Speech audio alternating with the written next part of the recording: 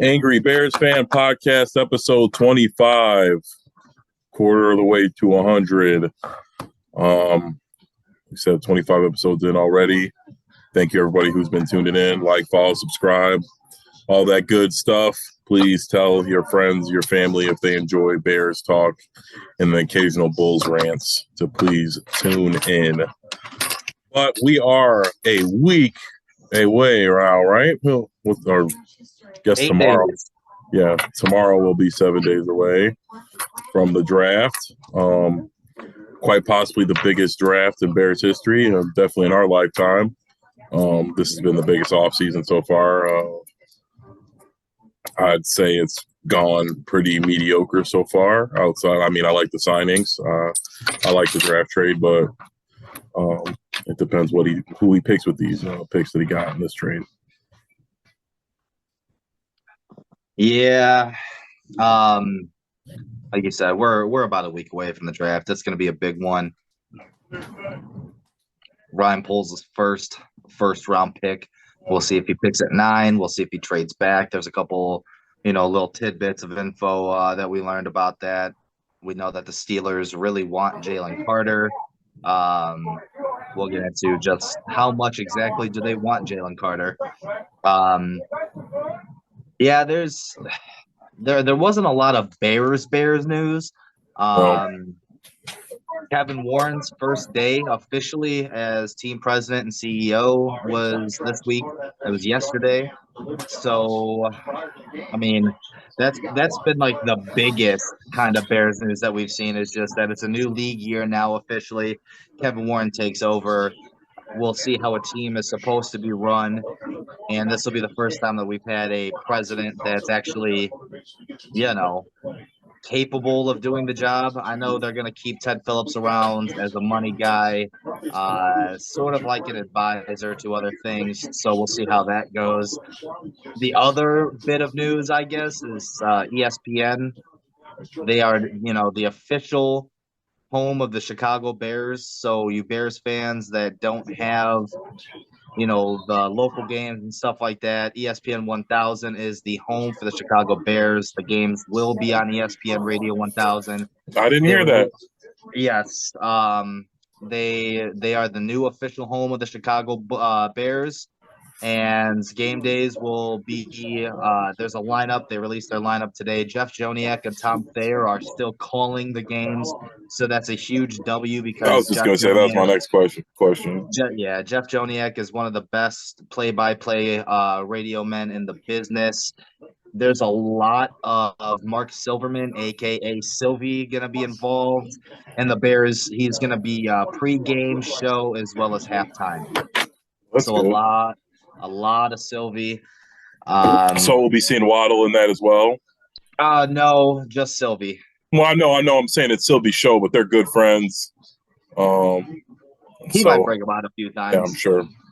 Cutler, we'll probably see Cutler on there. Especially since the radio host partners on ESPN. Yeah, that's what I was saying. Yeah, they're gonna definitely they show up for each other. So there's a few things indirectly Bears related that we'll talk about. We'll jump off with the Pittsburgh Steelers, since that's kind of like a big topic of what's going on this week. So the draft stuff we'll talk about here in a second, but they traded for Allen Robinson. Allen Robinson, former Chicago Bear. Pretty much they gave Los Angeles their 7th round pick, like pick swap 7th round picks, and they received Allen Robinson in return. So LA only moves up like 17 spots in the 7th round, and they got rid of Allen Robinson. Yeah. So you got the Pittsburgh Bears, Mitch Trubisky, Allen Robinson, Larry Ogunjobi was a Bear for a little while until he fell asleep. You got James Daniels. You got like 6 or 7 former Bears on the Pittsburgh Steelers right now. So Allen Robinson goes to Pittsburgh in a 7th round pick swap. LA is picking up the tab for most of his contract. I think Pittsburgh's only going to pay like $5 million of it. So that's not horrible for Pittsburgh to pick up a veteran wide receiver. Maybe he recaptures some of the magic that he had in the Bears uniform with Mitch Trubisky, maybe not. But it's kind of a low-risk, high-reward trade for Pittsburgh. The biggest thing we'll talk about, though, is so far the biggest story, Pittsburgh is apparently in love with Jalen Carter. Just how much are they in love with Jalen Carter? Well, if he's there at 9, there's a lot of talks. We talked about this last week about them wanting to move up from 17 to 9. So let me ask you, if you're Ryan Poles, are you gauging just how much Pittsburgh really wants Jalen Carter? Because if it's 17, if you're Ryan Poles, are you telling them, okay, if you want Jalen Carter, we'll take him, if you don't give us 17 and 32. They hold all the cards. Yeah, I would say that. I think we like Jalen Carter just as much, but I would do it for 17 and 32. But I just don't see Pittsburgh doing that. They're just such a good run organization. They usually don't make deals like that where it's clear cut they're the loser in the deal. Even if when receiving Jalen Carter, that's still just a really good deal for the Bears. So I just don't see them doing it. But yes, that's what I'm asking for. If they offer that, then yes, go ahead and do it. 17-32, it's a no-brainer. Draft whoever. There's going to be 2 or 3 good defensive players that are going to fall to 17. Probably a good tackle will be there at 17, so I don't think we'll lose out on much. Well, Houston and Arizona are kind of struggling to trade out of that 2 and 3 spot because there's a lot of talk about Houston not even taking a quarterback. They really, really liked Bryce Young. Bryce Young is the consensus #1 overall pick right now for Carolina. Houston wants to trade back. They're trying to trade out. So let's say Houston stays at #2. They don't take quarterback. I'm assuming they like the 2 quarterbacks that, next year more than they like CJ Stroud, which there's a lot of things coming out about CJ Stroud right now that are affecting his draft stock. I will talk about that here in a minute, which could benefit the Bears in the long run. But Houston's probably going to end up taking best defender, which would be Will Anderson. Arizona, if they can't trade out of 3, maybe they'll take, Tyree Wilson, or maybe they'll take Jalen Carter. Who knows? Mm-hmm. And then #4, with Indy, does Indy take Anthony Richardson? Do they take CJ Stroud? I have a feeling that one of those quarterbacks is going to fall and will be there for 9. Maybe there's another team that wants to come up, give us a first-round pick next year in exchange for the draft rights to draft one of the quarterbacks that does fall, because I really do feel like there is somebody who's going to fall. I agree with you. I think Will Levi or Will Levis or Anthony Richardson will fall to at least 9. I think all of them will be picked before the top 10 because I think everyone knows the Bears are willing to trade. So that'll be the time to jump up and get your quarterback right there. So I don't think I think all 4 will be picked by them, but I think there's a high possibility that one of them falls. I've really seen the Stroud stuff. I've seen the Texans are going to pick somebody else at 2. I don't know. I just don't see it, but I guess it doesn't affect us. If Jalen Carter falls or one of those quarterbacks falls, somebody's going to trade up to 9. So, but if the quarterback gets taken, or if a quarterback doesn't get taken, Jalen Carter's definitely not falling. But we'll see. It's going to be interesting to see how that plays out. Which quarterback people are willing to reach for. Yeah, there's definitely going to be somebody. The CJ Stroud stuff that I mentioned earlier. So he ghosted the Manning Quarterback Academy. He made commitments to go to the Manning Quarterback, thing that they run annually, and he fully committed. Day of, he didn't show up. He just completely ghosted them. There's been some other things coming out about just his work ethic, as well as some other details, that are the media is just killing him right now. Now, so that kind of has swayed teams a little bit, maybe not. Who knows? I guess he completely bombed the S2 test. I don't know how much teams really look into that, the S2 test. I know Bryce Young scored high on it. Justin Fields scored ridiculously high on it. So I don't know how teams kind of look into that. I don't know what it is. It is something you can prepare for. And I guess since he scored so low and you can't prepare for it, teams are kind of looking at that as, okay, well, he's not a very good preparer for, games and, game plans and everything else like that. So the sports media right now is just all over CJ Stroud about that kind of thing, and that can affect his draft stock. I mean, if I could pick one of the quarterbacks that's going to fall to 9, I would definitely pick CJ Stroud to fall to 9 because he's going to get you the most of return, at least I would think. Oh yeah, I just don't see him falling to 9. I don't think he makes it past the Colts. I don't. It really just depends. I mean, I think the Colts, if anything, they'll take Anthony Richardson. I don't see the Anthony Richardson stuff. It just wasn't good. Like Florida doesn't have the best recruits, but they're good enough. Like Lamar Jackson won with freaking Louisville. Like he won games. They didn't win the national championship, but they were a competent team that won more games than they lost. And it's like they're talking about Anthony Richardson like basically like he's Lamar Jackson, but it's like you can't even win. Like, and that's really what I want to see as quarterback. That's why I don't get with Stroud. I understand he's on a super team, Ohio State. He lost to Michigan, whatever. But he played even in those games they lost. I wouldn't say it was his fault. He played well. Like he put up big numbers against future NFL players. It wasn't like he was lighting up Iowa and then putting up a dud against Georgia. He put the work in, and Georgia's got 3 first-round offensive linemen. They have 3 first-round defensive linemen and 2 day 2 DBs and a linebacker. So it's so we'll see how it goes. I cannot see Richardson getting picked before Stroud. I don't care. Like I said, I haven't really been keeping up with the Joneses, so I haven't seen the Stroud ditching Manning camp stuff. I actually watched a lot of the footage from the Manning camp because one of the quarterbacks that's going to Michigan's there. But I didn't know that he didn't show. He no-showed. That's probably not smart of him, but it's probably because he knows one of these teams is going to take him. Like Bryce Young canceled his visits, right? He knows that he's going one. No reason to work out for anybody. Yeah, a couple of interesting notes. A couple of players that we know that are currently being shopped and on the block. Budda Baker, safety from Arizona. There are reports that the Eagles are the top, betting destination spot for him. But let's just talk about Bears' perspective. If you're the Chicago Bears, what's it going to cost to get Budda Baker on your roster?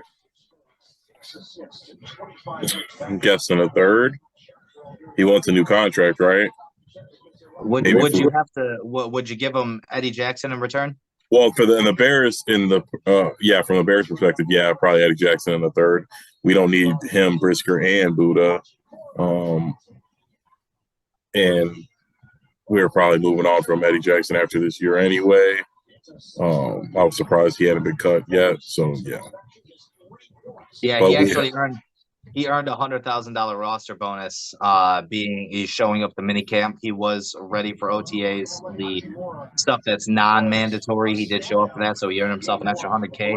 But that would be pretty interesting, at least I would think, in a perspective of you're getting an all-pro. Eddie Jackson was an all-pro at one time.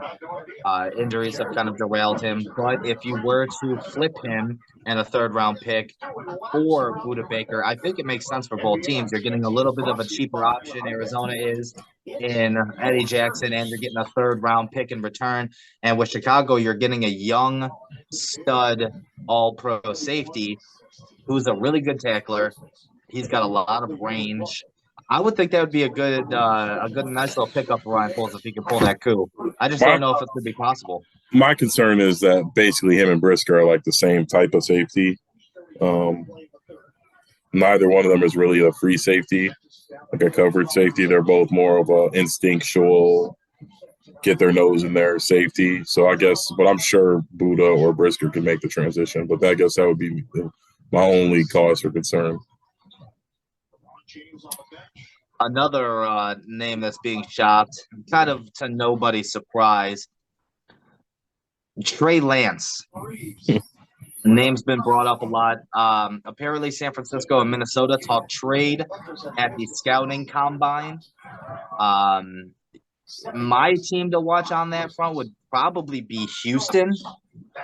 I don't know what you can get for Trey Lance, though, if you're San Francisco, because everybody knows that you're going to turn to Brock Purdy when Brock Purdy's healthy. So everybody knows that Trey Lance isn't your future, and you signed Sam Darnold, so he's going to be your backup either way. So if you're San Francisco, what do? Who's going to give you the most return, Minnesota or Houston? Probably Minnesota. Just because Houston, they seem like they're playing everything. They have the most to offer. I just think they won't be willing to give up that much. They're in a position of power in the draft right now. If they want a young quarterback to build it for, they could just take one. No reason to, overpay for Trey Lance when in reality they could take Will Anderson at 2 and then trade up from 12 to 6 or 7 and get whoever the hell they want, whatever quarterback fell. If they were, but I don't know. Like, are people high on Trey Lance or just? See, I don't know. I don't know. I mean, apparently there's been a few teams that have been in contact with San Francisco. Minnesota's just been the only one that's been confirmed. And with all the talk about Houston trying to trade out of number 2, I just figured maybe they were a potential landing spot for Trey Lance. He's a young quarterback. I mean, I guess, but not involved in 2. I can't see a trade. Not for the second overall pick, but maybe like a second round pick or something like that. Like they're 33.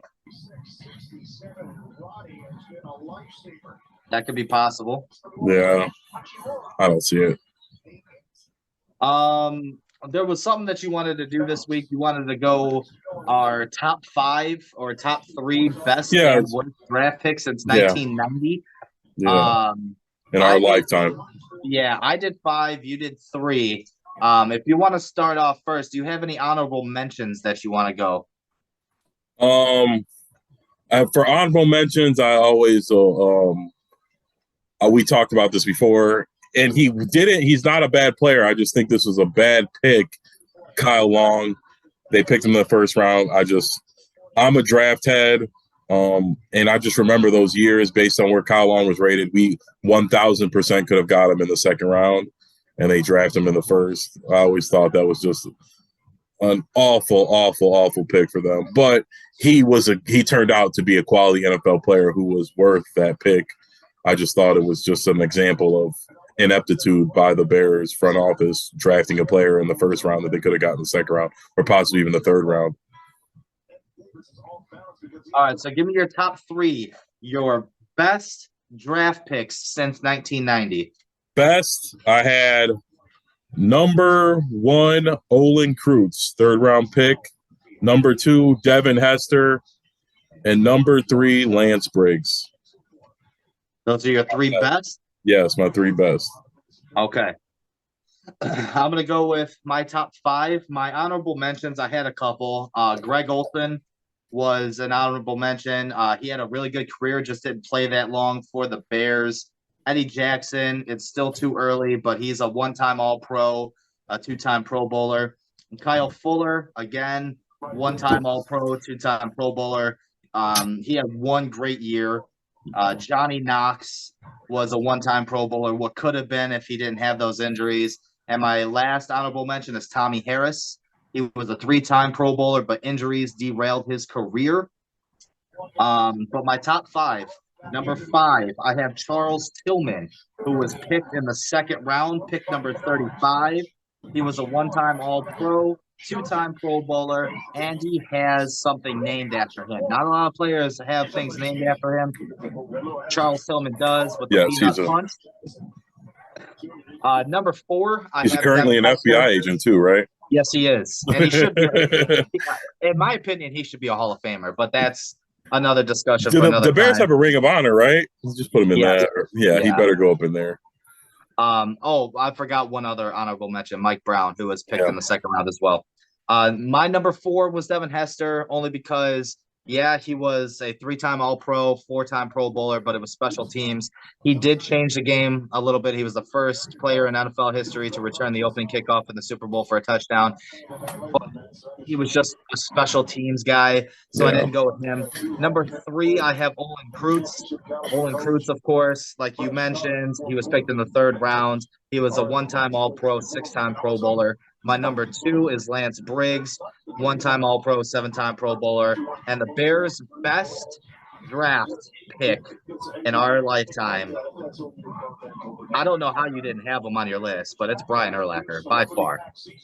I just thought that I took into account like the value of the pick. Like Brian Urlacher was like a slam dunk. You know what I mean? Like we had to pick up, but yes, Brian Urlacher was amazing. But when he coming out of college, he was a safety. Yeah, I know, but he was a slam dunk. Like put him in the game. He's a game wrecker. He makes plays. That's the type of person we draft to. You know what I mean? Like we're a defensive team. I like I said, I put Olin Kreutz first just because it was a third round pick and he turned into Crazy career. Another Hall of Famer. Yeah. He should be. Yeah. Now we got the flip side of the coin. We have any honorable mentions before we get into your list. Any honorable mentions of your worst draft picks? I guess I said Kyle Long already, but worst. Nah, not at the moment. Like I said, you're probably sparks on my head. When I wrote my list down, I didn't write any. I only wrote one honorable mention. I put Kyle Long.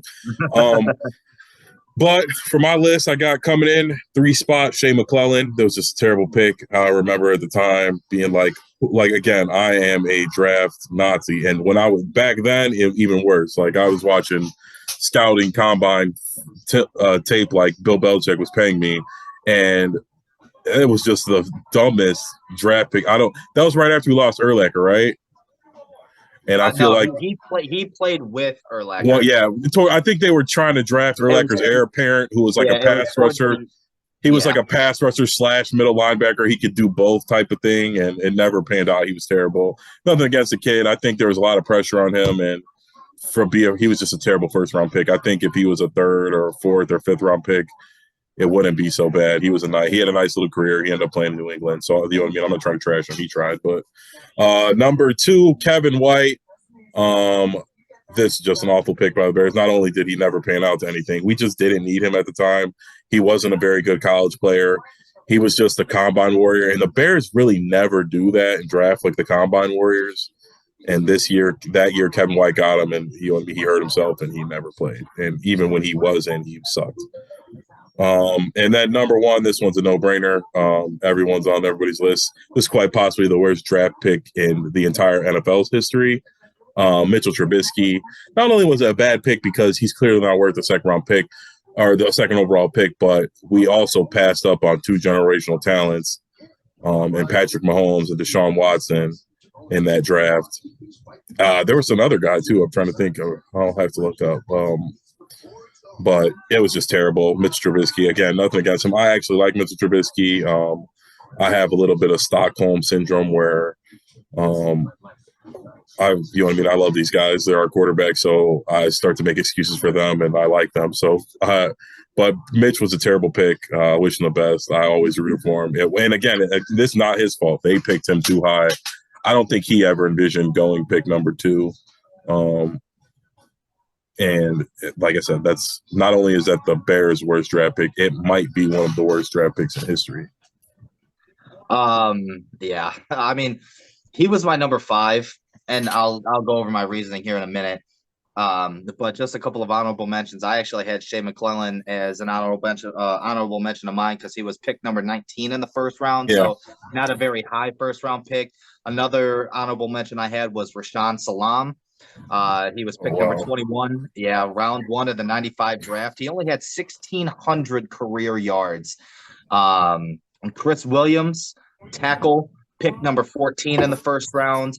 And my last honorable mention is Cedric Benson. He was picked with the 4th overall pick in the 1st round, but he did have some decent seasons in Cincinnati. I was going to say he's okay, yeah. Which why he wasn't higher. But my number 5 you mentioned was Mitch Trubisky. I understand, taking him over Watson and Mahomes, and plus you got fleeced to move up 1 spot. Oh, yeah.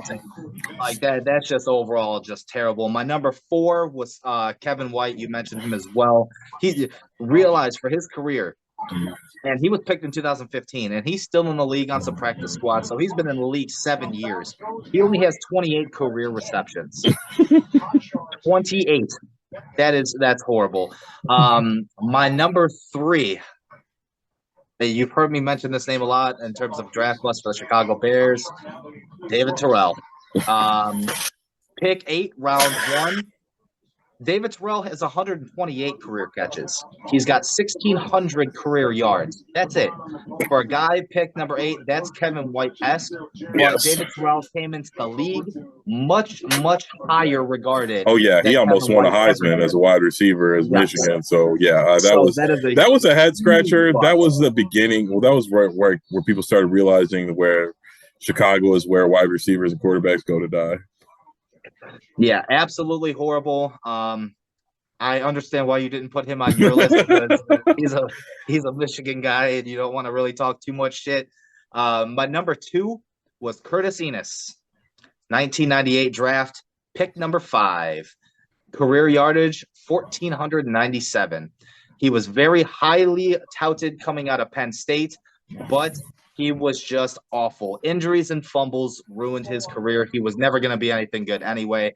And my number 1 overall, I remember this draft pick like it was yesterday, even though I was 10 years old at the time when it was made.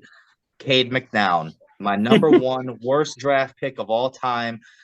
Cade McNown. He's played 25 games total, throwing for 3,100 career yards with a career touchdown interception ratio of 16 touchdowns, 19 picks. You talk about bad talent evaluation in the 90s for the Bears. 4 of my top 5 pretty much are from the 90s. David Yeah. Terrell, Curtis Enos, Cade McNabb, just absolutely horrible. A lot of my honorable mentions too came in the 90s. There's a lot more too. You have Alonzo Spellman that was just absolutely god awful. There was Michael Hayes, the defensive end that they picked in the first round. It was like pick 20 or something like that, or 12. It was pick 12 in the first round. And Who was he that just turned out defensive to be lineman who awful. jumped out of the pool that we drafted, who never turned out to be anything? He was huge. Oh God, I thought that was. But he was like he was like 6'7", 300 pounds, and he went viral before like going viral was a thing because he jumped out of the pool. Fuck, I can't think of his name. He played for us for like 5 years too. He never panned out. Interesting fact. Did you know that the Chicago Bears drafted Bob Sapp in No, I 1988? didn't. No, Yes. I did not. Did he never play? He decided not to play? It was like the second or third round. They drafted Bob Sapp, and I just don't think he made the team. Or he played for a little bit, but yeah. But they drafted Bob Sapp. If people don't know out there, Bob Sapp, if you've ever seen The Longest Yard, he's the big black dude in The Longest Yard. He was an MMA fighter for a while, turned actor. He's absolutely hilarious. Still but he's fights now. Yeah, he's still very. That's one dude I would not fuck with. He is huge. Yes. He looks like a. But yeah, just a little bit of interesting fun fact, a little bit of tidbit. Bears drafts coming up. We hope Poles doesn't ever enter this list. Last year we didn't have a first round draft pick, but I thought he did a good job. I will not relent that I do think he should have picked George Pickens. I do like Gordon and Brisker. If I had to get rid of one of them, it would definitely be Kyler Gordon. Yeah, Brisker's good, but Gordon was picked first too, right? Yes. Yeah, and before Pickens, I believe as well. Yes. And Brisker was after Pickens, I'm pretty sure. But but besides that, he still had a good draft. Dominique Robinson was good. He kind of tailed off towards the end, but he is a rookie. We'll chalk it up to maybe got tired. He wasn't used to the grind of the NFL, but he started off pretty quality. He's a big guy. He was only a 5th round pick. So, all the stats he accumulated in the first 6 games was more than we were expecting from him anyway. So maybe he'll take a step. Like I said, Kyler was great. Brisker was great. Braxton Jones was awesome. And how I've been going around the forums, that gives me faith that we don't have to pick a tackle at 9 just because I kind of trust Ryan Poles' eye. And maybe we find somebody again. We find another Braxton Jones-esque or somebody who's be 70% of what Braxton Jones will be in decent shape. Yeah. The only questionable call you can really make last year in terms of the draft was Bayless Jones Jr. And yes. I'm still holding out reservations because, maybe he had to adjust to the speed of the game. It just, you know what I'm saying? That's a lot of adjustment. You're going into year 2. Maybe things change. But like you said, man, we're 8 fucking days away from the draft. First round, are we live streaming? What are we doing? I would like to. We'll see how that goes. I'm trying to work on the setup. If not, maybe we'll go live maybe me and you will just record it right after. And I'll put it out like ASAP. We'll see how it goes. I'm trying to mess with the live stream. It was a little choppy when I was doing the practice run. But I would like to, live stream the draft. It wasn't 2 hours. We could do that. All right. Yeah. I mean, that's fine with me. Know me, I'm good with that. Oh, yeah. As of right now, if you had to lock in Ryan Poles as number 9 overall, assuming they pick at number 9, Who's your pick?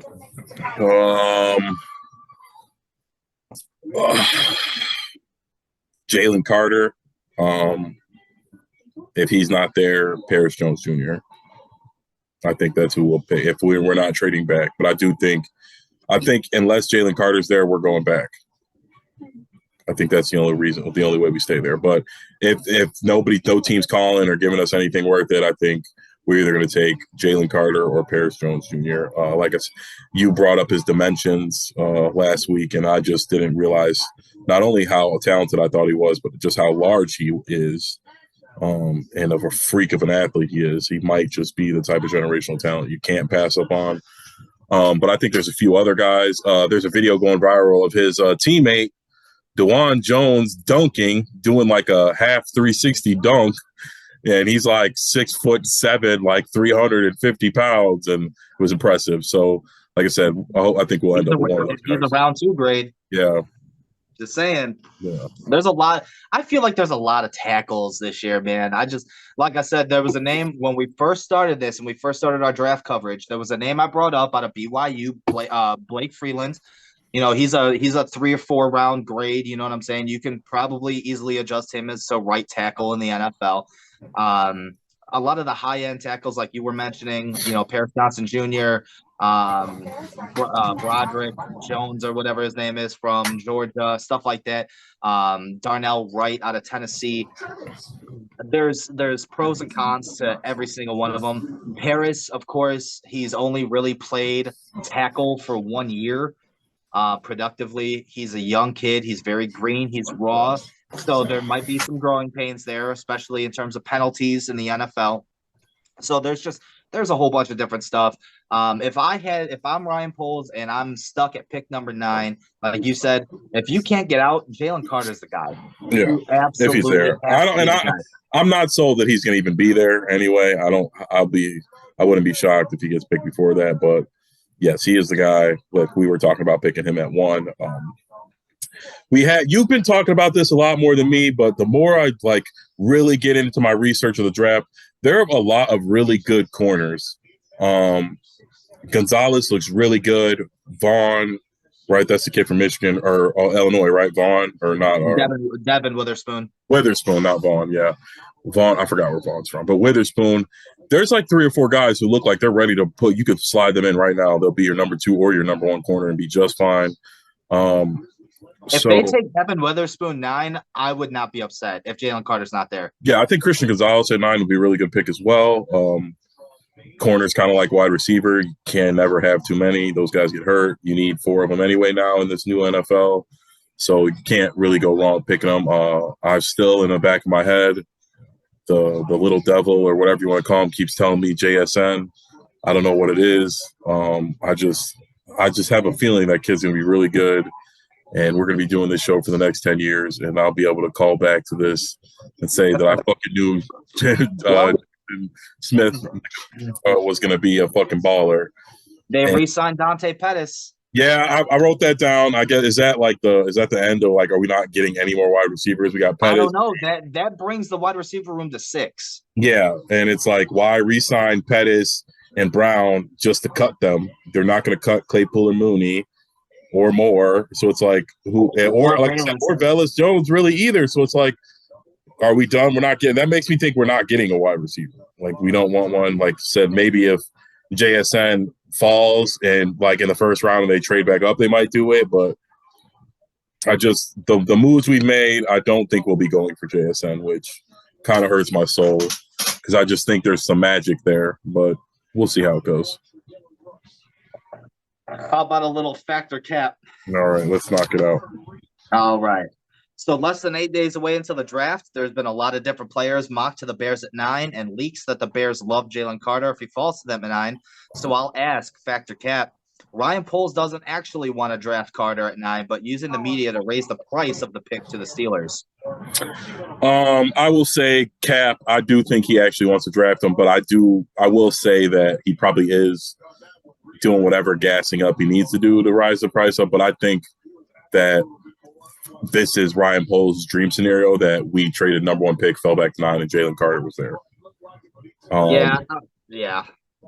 So I don't think he's blowing smoke. Like I think it will have to be a good deal. I don't think we do it for 17 and that later second.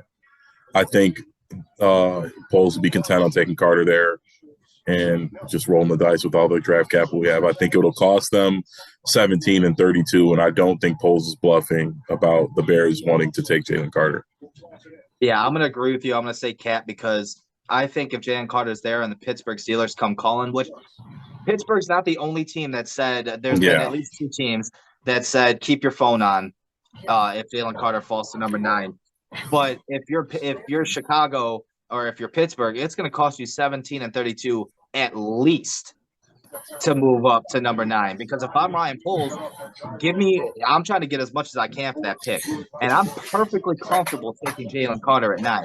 So you have to absolutely blow me away.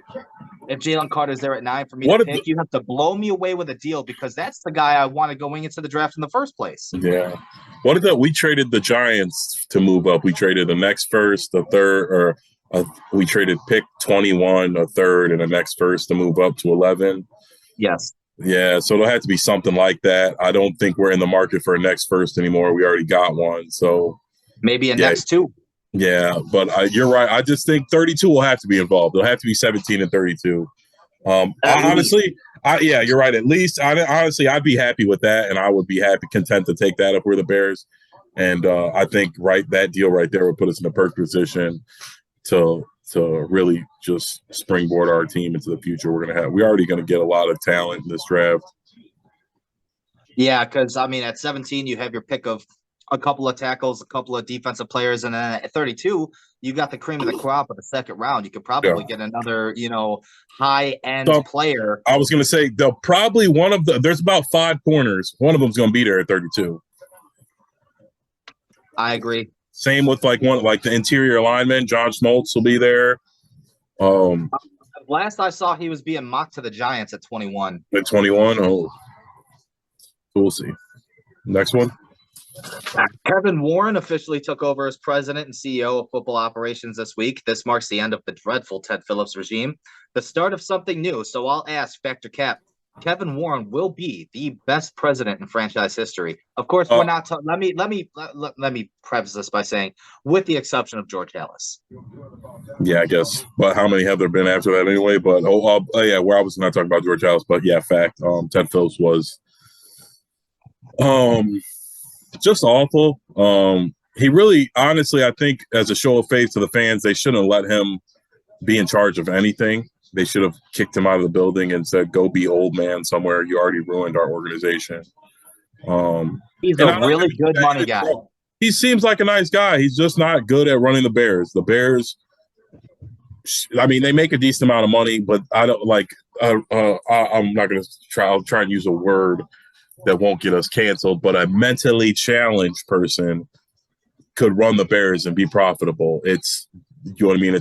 It's a blank check. We show up and show out, even when we hate the quarterback, when we hate the coach, when we hate the GM, when we hate the owners, we still show up to every game. We watch every game. We talk about it. We buy the jerseys. You know what I mean? It's like it's like Stockholm syndrome. Like I said earlier, we're in love with our abusers. And so I don't think it's a crowning jewel for them to be like, well, Ted Phillips made money with the Bears. It's like, okay. Like it's like we should be the best. We should be like the Yankees. We should be one of the best teams in the league every year and know like free agents want to come here and things like that. And they just never built the Bears up into that. They rested on the 85 Bears and even the Bears older than that on our tough nose attitude, gritty, we're going to play defense. And they're like, they brainwashed us with that, making us think, oh, well, we'll never have to spend money on offense or quarterback if we just brainwash our fan base and to say, hey, we're going to win with defense. And like I said, Ted Phillips is just awful. And yes, fact, Kevin Warren's the best president we've had. And he hasn't done anything, but just based on what he's done in the past and what we plan on doing in the future, I know he's going to do an awesome job. Yeah, I'll agree with you. I'll say fact as well. There hasn't been a lot of quote unquote presidents with the exception of Ted Phillips, George Halas. There's been a couple more that have been in charge, but really haven't had that that CEO title, president title, besides the McCaskies. But by the way, it hasn't been good. The team has been ran horribly for the last 40 years, with the exception of that Super Bowl win. And of course, it's been almost 40 years since that Super Bowl win. So ever since that Super Bowl, the team has just been ran into the ground. There were bad teams in the 70s. We had a pretty good team in the 80s, all throughout the 80s. And then since then, it's been mediocre at best. Yes. Um, Kevin Warren, of course, coming in with the experience of building a stadium in Minnesota. I think he's going to come in. We're going to get that done in Arlington Heights. That's going to heighten the value of the franchise. The Washington Commanders are about to sell for $6 billion. I can only imagine, with the Bears owning their own stadium and everything else, what the Bears are going to sell for. I would say, estimate wise, I understand that they're a founding franchise, but if I had to put a price tag on it right now with the stadium and everything, you're probably looking at $7.5 to $8 billion valuation for the Chicago Bears getting out of Chicago. I think that's and being low. in Arlington Heights. If Well, the Washington football team's 6, the Bears got to be like 10.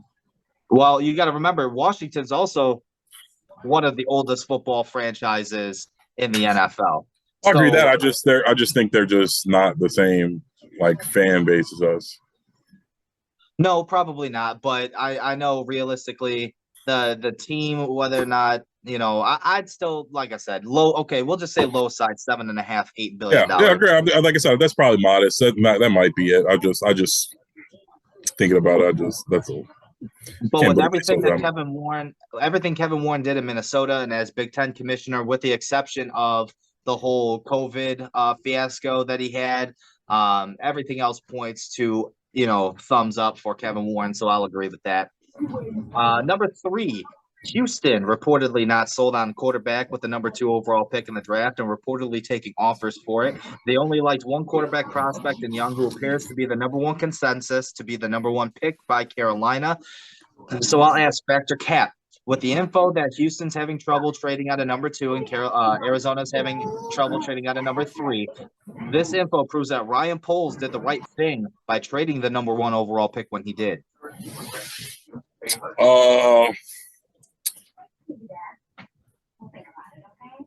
I'll say fact, just because of everything that's going on, but I still think that I don't know how much that would have affected pick 1. I think people still would have wanted Bryce Young, so we'd have been fine. But I'm happy he did it just so we don't have to deal with that right now. It's a week away from the draft. I'm glad we're locked in where we at. We got what we got, and yeah, there might have been a few more crumbs out there to get, but I'm happy with the outcome so far. Yeah, I'm going to say fact as well, only because for a couple of factors. Number 1, everything coming out with C.J. Stroud now, the uncertainty behind Anthony Richardson. Nobody knows anything about Will Levis. He's a young prospect as well. The only real true number 1 consensus player was Bryce Young. Now, if you were to trade back with Houston, you're not getting, from 1 to 2, what are you getting in return as opposed to trading with Carolina? Because if you trade Carolina 2 instead of 1, you're not getting DJ Moore, a first-round pick. You know what I'm saying? You're not getting that extra first-round pick. You're not getting that extra second-round pick, and you're not getting DJ Moore. Mm-hmm. So, in my opinion, there's not a lot of other teams that really could have offered what Carolina did offer. I would say he absolutely made the right choice in trading when he did. Yeah. All right, a couple of baseball questions. I don't even want to read this one. The White Sox lost another series today against Philly, who is just as bad record-wise. Eloy's struggles continues, along with the bullpen being the worst in baseball by over a full run, and now dropping to 7-12 on the season. So I'll ask, Factor Caps, Rick Hahn should be fired by the All-Star break. I'll say fact. I think he should have got fired a while ago. We've been in this perpetual cycle of this not working for a long time. They should have fired Kenny, and they gave him a promotion and then just hired his assistant, which made no sense to me. It never did. And then we just caught in the same loop. Kenny, he does all the same things Kenny used to do. And it's just not working. So it is time for some new blood. I think it's time for a complete, just franchise overhaul. Jerry, I know you love baseball, but maybe it's time that you sell the team. And it starts from the top down, man. It starts from ownership, and it trickles its way down. We've harped and we've used this excuse so many times on this podcast about Chicago GMs and just not pulling the trigger on things. Rick Hahn spent over $50 million on this bullpen, and this bullpen is the worst in baseball by far. And I'm even talking the Oakland Athletics, who have the worst record in baseball, and they have the second worst ERA in the bullpen, and we're a full run over them. I don't understand. And Pedro Grifol has this fascination with this fucking idiot Jake Diekman, who every time he comes into the ball game, he's allowing 3 runs or more in less than an inning pitched. They can't throw strikes. They walk too many batters, and that's including the starting pitching now. Dylan Cease is throwing back-to-back 5-walk games. The command isn't there. Nothing is there for this team. They need to get rid of the owner, sell the team. They need to get rid of the GM. And a lot of these players that were supposed to have these high ceilings, we haven't even seen the ceilings because they're not progressing. It's time to get rid of them. It's time to make a change. Let's just go complete overhaul. Complete overhaul. It's not working like you said. Last one, the Chicago Cubs won another series. They won 2 series this past week, actually. They beat the Dodgers. They're winning today. Yeah, and they beat the A's. Their impressive start continues as both pitching and hitting have been solid to start. So I'll ask Factor Cap, not only will the Cubs make the playoffs, but they will contend to win the NL Central this year. I'll say Factor contend for the NL Central. They look young and they're having fun. They're playing with a lot of energy. I always felt like the Cubs did better when they had a bunch of young guys out there playing with low expectations. They're, like I said, it looks fun over there. They're somehow squeaking out wins with way less talent in really every area. They have, like, on paper a worse bullpen, on paper a worse starting rotation, clearly a worse lineup. And I don't know if it's coaching or energy or chemistry. I don't know what you want to call it, but like you said, they just beat the Dodgers, and we can't even beat the Pirates. It's just, it sucks. It really does. We are 19 games into the season, and we're on 2 completely opposite ends of the spectrum in terms of Chicago baseball. There was a lot of expectations for the White Sox, no expectations for the Cubs going into the season. And, maybe Cubs fans and, Chicago media alike should just expect the Cubs to be terrible every year.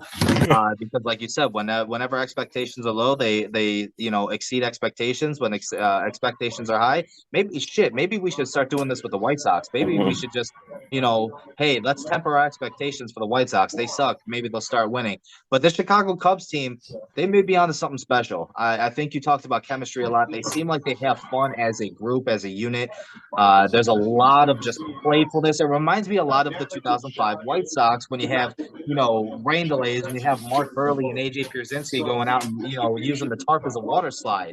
That's the kind of camaraderie that I see in this Cubs team, where a lot of the guys get along. And these young kids are building pieces, building blocks for this team in the future. And then on top of that, next year, the biggest free agent out there, Shohei Ohtani, you're showing him, hey, we can win without a superstar. If you come here, look at what we did last year without you. Imagine if we had you. Could you imagine Shohei Ohtani and Marcus Stroman the way he's pitching now on the same rotation?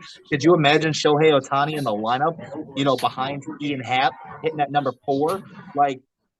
And they have a league leader in home runs. They're hitting for power, which is not something that we expected going into the season to begin with. We expected the White Sox to be the team with power this year, and they've been fucking trash.